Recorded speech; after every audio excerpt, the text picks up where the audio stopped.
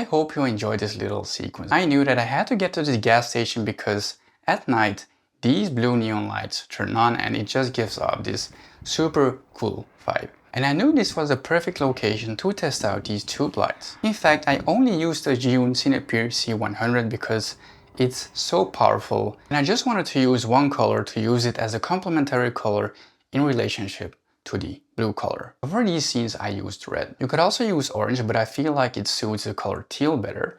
And I wanted to have some kind of Tron vibes with these photos and these videos, you know. I really think that this shoot was successful and that we got some cool images. Before we go over to the specs and the technical details and comparing these two tube lights, I'm going to show you some more practical ways in which you can use both of these lights. So I shot a couple of different lighting scenarios and I'm going to break down what I actually did there and how I used these lights. In this part right here, I used the C100 and the special lighting effects to get this really cool product video. And I absolutely love having a tube light for this because it's just so much more versatile and way more convenient to put into all these different kind of positions. Here I was doing some lighting and I had the Zhiyun G300 as my key light, but I felt like my right side was a bit too dark. So I ended up using the CF100 as a fill light right next to me. And I think the shot looks way better like this. In these couple of shots I was just playing around with the HSI use and the special effects. A cool way to use lighting in your videos is by using complementary colors. So in this example, orange and green go very well together, and teal and orange or red also go very well together. And also I think this lighting effect with the reds look pretty cool.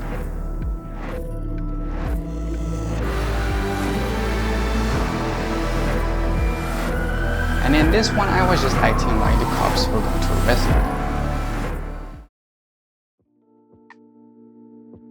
So both the C100 and the CF100 are amazing lights, but each has its positives and its negatives. I think the Zhiyun Cinepeer CF100, so this one, weighs like half of this one, the C100. And the weight is quite noticeable. I mean, it's quite a big difference. Both of these lights can be used on a battery charge, through USB-C charging, or through a PD charging cable. So they both have 1/4 inch threads, and the C100 has it at 2 sides.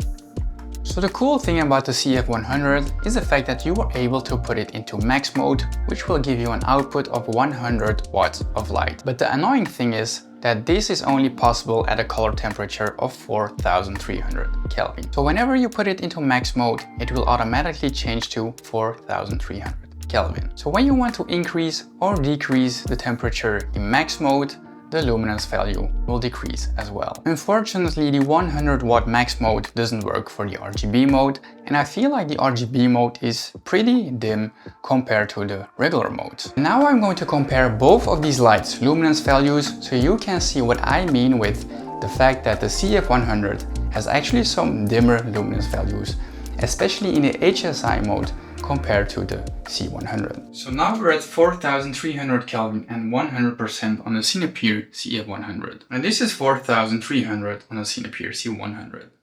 So this is the difference between regular mode and the max mode. So it gets quite a bit brighter. And this is the C100. So this is what a color looks like at 100% on the CF100. This one, for example, pink on the CF100, pink on the C100. This is a huge difference, right? I mean, for this reason only, I would like to save up $120 more to get a C100.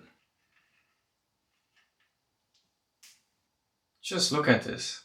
The difference is actually crazy. Just look at how dim the red actually looks on the CF100. I mean, don't get me wrong, for specific kind of scenarios, it's way more than enough, but it's just such a huge difference. I mean, when you stand in front of it, you can even feel it. Like the C100 almost makes you blind, and the CF100 is just, it's pretty okay to look at.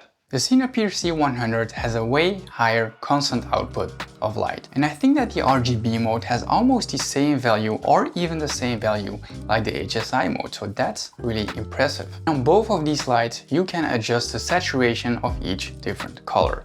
So you can make the color yellow, let's say more yellow or less yellow. Unfortunately, the Cinepeer CF100 doesn't have a Bluetooth connection. So each and every time when this light is, for example, rigged up on a C-stand pretty high, then you have to get up there and change the settings, which is really annoying. The Cinepeer C100, on the other hand, does have Bluetooth, and you can use it through the ZY Vega app from Zhiyun, which is absolutely amazing. But I have one gripe about this app, and that's the fact that you can't change or dial in the special effects of your light through the app.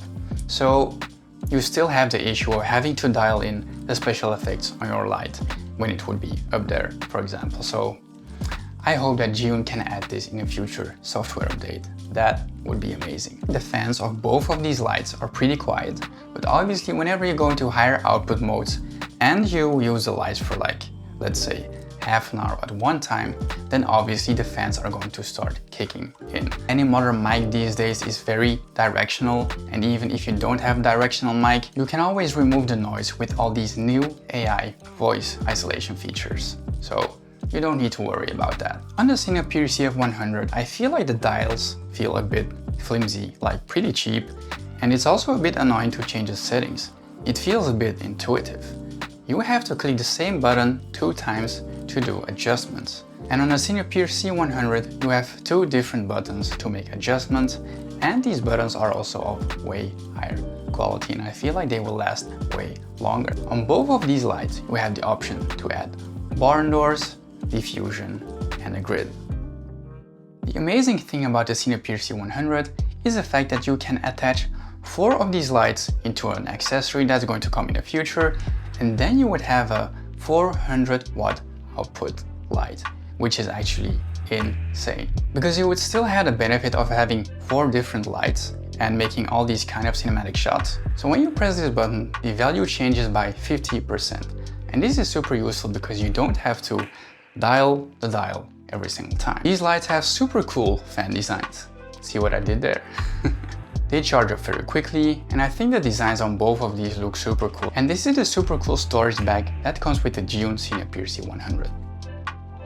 I really hope you got something out of this video and that it may help you decide in which light is actually the right one for you. In my personal opinion, I would always go for the C100 because it's just way more powerful and it's just way more versatile in all kinds of different scenarios. So if you don't have the budget yet, I would save up for that $120 difference between the 2 lights. And that doesn't mean that the Cinepeer CF100 is a bad light by any means.